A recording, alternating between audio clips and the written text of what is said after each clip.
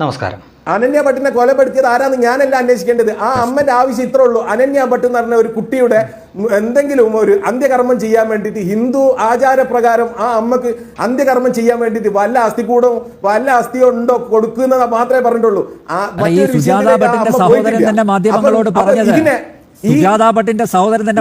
പറഞ്ഞത് അതായത് സുജാത ജീവിച്ചിരിപ്പുണ്ട് എന്ന് ഇപ്പോഴാണ് ഞങ്ങൾക്ക് അറിയുന്നത് എന്നുള്ളതാണ്. ആ കുടുംബവുമായിട്ട് ഒരു ബന്ധവുമില്ല സുജാത. അതെ, അവരെവിടെ പോയി? അതെ, അത് ഞാനും അംഗീകരിക്കണേ.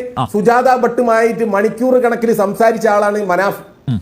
സുജാത ഭട്ട് എന്റെ സഹോദരങ്ങൾ അവര് നമ്മൾ അണ്ടറിലുണ്ട്. സുജാത ഭട്ടിന്റെ സഹോദരങ്ങള്, സുജാത ഭട്ടിന്റെ ഭൂമി.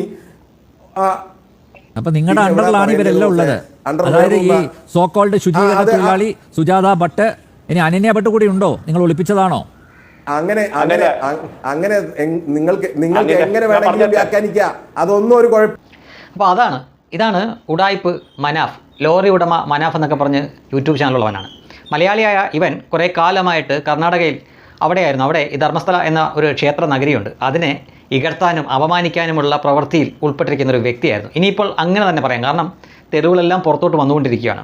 ഈ ധർമ്മസ്ഥല എന്നതിനെ ചുറ്റിപ്പറ്റിക്കൊണ്ട് എത്രയൊക്കെ കഥകളായിരുന്നു ഇവിടെ മാധ്യമങ്ങൾ മെനഞ്ഞത് എന്ന് ഓർക്കുക. മുഖംമൂടിയിട്ട ഒരു ശുചീകരണ തൊഴിലാളിയാണ് അത് തുടക്കമിടുന്നത്. നൂറുകണക്കിന് പെൺകുട്ടികളെ അവിടെ കൊന്നു കുഴിച്ചിട്ടിരിക്കുന്നു എന്ന് പറഞ്ഞു. ഏതാണ്ട് 50 ലക്ഷം രൂപയോളം ചിലവഴിച്ചിട്ട് അവിടെ എല്ലാം കിളച്ചു മറിച്ചിട്ടും ഈ പറയുന്ന രീതിയിലുള്ള യാതൊന്നും അവിടെ നിന്ന് കിട്ടുകയുണ്ടായില്ല.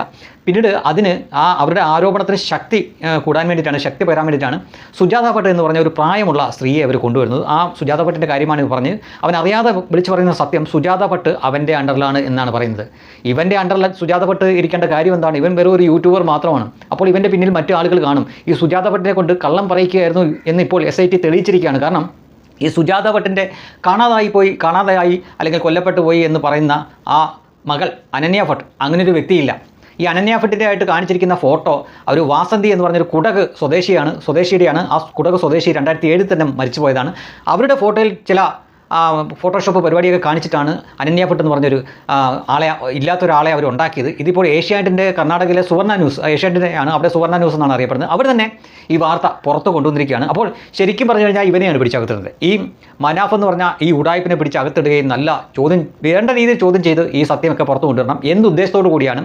അത് ഒരു അന്യമതസ്ഥനായിട്ടുള്ള ഇയാൾ ഒരു ക്ഷേത്ര നഗരിയെ ഇകഴ്ത്താനും അപമാനിക്കാനും വേണ്ടിയിട്ട് ആരുടെയെങ്കിലും കൈയാളായിട്ട് പ്രവർത്തിച്ചിട്ടുണ്ടെങ്കിൽ ഇവൻ അതിൻ്റെ ശിക്ഷ കിട്ടുക തന്നെ വേണം.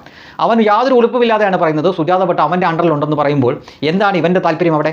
ഈ കേരളത്തിൽ നൂറുകണക്കിന് മദ്രസ പീഡനങ്ങൾ നടക്കുന്നുണ്ട്. ഏതെങ്കിലും ഒരു അന്യമതസ്ഥൻ ഏതെങ്കിലും ഒരു മദ്രസയുടെ മുന്നിലെങ്കിലും പോയിട്ട് ഇതുപോലെ പ്രതിഷേധിക്കുന്നത് നിങ്ങൾ ആരെങ്കിലും കണ്ടിട്ടുണ്ടോ? അപ്പോൾ ഇവൻ എന്താണ് ഇത്ര താല്പര്യം?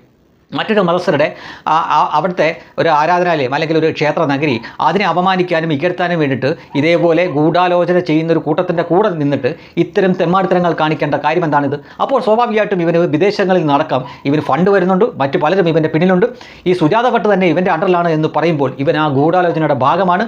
അവർ ആരോപിച്ച അവരുടെ മകൾ കൊല്ലപ്പെട്ടു എന്ന് പറയുന്ന അനന്യ ഭട്ട് അങ്ങനെ ഒരു വ്യക്തിയില്ല എന്നും ആ വ്യക്തി തന്നെ വ്യാജമാണെന്നും ഈ സുജാത ഭട്ടുമായിട്ട് അവരുടെ ബന്ധുക്കൾക്ക് പോലും ദീർഘകാലമായിട്ട് യാതൊരു അറിവുമില്ല, കോൺടാക്റ്റും ഇല്ലായിരുന്നു എന്നും ഇവർ ജീവിച്ചിരിപ്പുണ്ടെന്ന് പോലും അറിഞ്ഞത് ഈ വാർത്തയൊക്കെ പുറത്ത് വന്നപ്പോഴാണെന്ന് അവരുടെ സഹോദരൻ തന്നെ പറയുമ്പോൾ ഞാൻ അവരോട് മണിക്കൂറുകളോളം സംസാരിച്ചിട്ടുണ്ടെന്നും അവരെൻ്റെ അണ്ടറിലുണ്ടെന്നും മനാഫ് പറയുമ്പോൾ ഉറപ്പാണ് ഇവൻ പ്രതിയാണ്. ഇവനെ തൂക്കിയെടുത്ത് അകത്തിട്ട് ചോദിക്കേണ്ട രീതിയിൽ ചോദിച്ചാൽ തത്ത പറയുന്ന പോലെയല്ല, താറാവ് പറയുന്ന പോലെ അവൻ സത്യം പറയും. അവൻ ഒരു നന്മമരമല്ല എന്ന് അന്ന് അർജുൻ്റെ കേസിൽ തന്നെ നമുക്ക് മനസ്സിലായതാണ്. ഇവനൊക്കെ എവിടെങ്കിലും കൂടുതൽ ഇൻട്രസ്റ്റ് കാണിക്കുന്നുണ്ടോ മനസ്സിലാക്കിക്കൂ. നമുക്ക് മറ്റൊരു തെളിവിൻ്റെ ആവശ്യമില്ല. അവിടെ ഇവനൊക്കെ ഉടായിപ്പായിരിക്കും. ഇവനൊക്കെ എന്തെതിർക്കുന്നു അതായിരിക്കും സത്യം.